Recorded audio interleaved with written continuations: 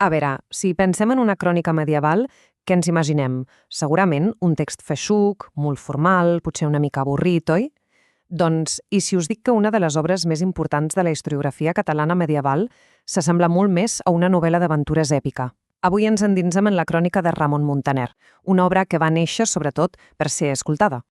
El contrast és claríssim. A un costat tenim la idea clàssica de crònica, formal, distant, que busca l'objectivitat.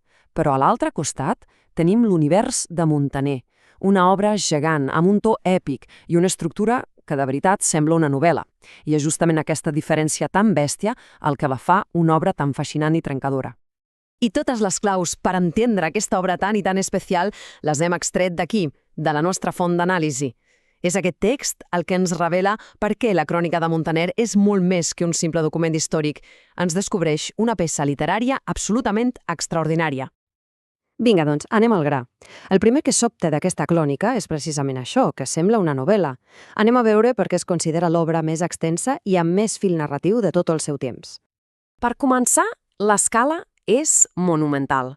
La crònica cobra un període de temps llarguíssim, des de l'engendrament de Jaume I fins a la coronació d'Alfons el Benign. Penseu-hi, estem parlant de més d'un segle d'història.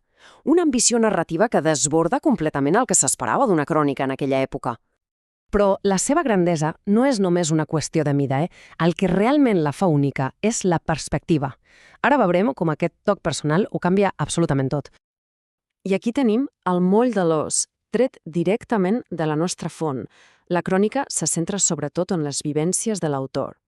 Això és un gir de guió total. Ja no és només la història de reis i batalles explicada per algú des de fora. És la història viscuda i narrada per un dels seus protagonistes.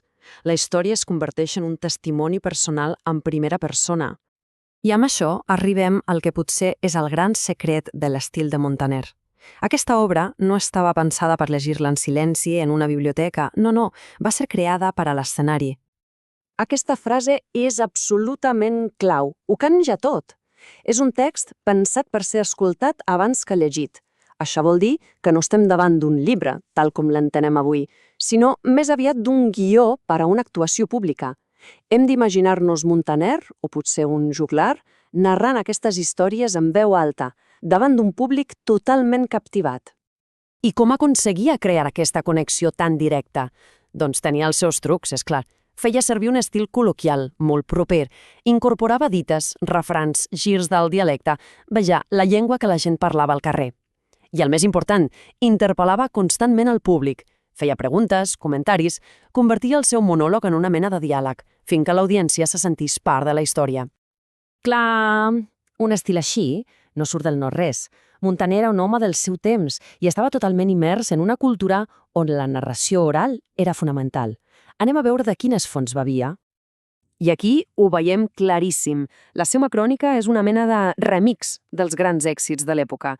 Va agafar les tècniques dels juglars, que eren els mestres de l'entreteniment, va imitar l'estil èpic i brillant de les cançons de gesta i fins i tot va incorporar elements narratius del roman Courtois, les novel·les de cavalleries que estaven tan de moda.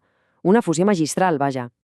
Al final, el que queda claríssim és que Muntaner portava la cultura oral a la sang. No només escrivia història, sinó que era un mestre de la paraula parlada, un narrador nat, que sabia perfectament com explicar una història per captivar, per emocionar i per atrapar l'oient. I tot això, quin resultat va tenir? Quin impacte va deixar aquesta obra tan innovadora? Doncs anem a veure el seu llegat, que no és petit. La nostra font ho resumeix a la perfecció. El resultat és una obra vital, sovint exagerada. I és que està plena de vida, d'energia, de passió. Potser no sempre busca la precisió milimètrica d'un historiador modern, perquè el seu objectiu no era aquest.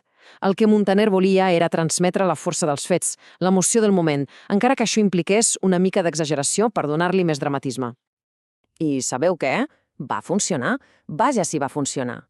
La seva obra va ser molt llegida, o més ben dit, molt escoltada, i la seva influència va ser brutal.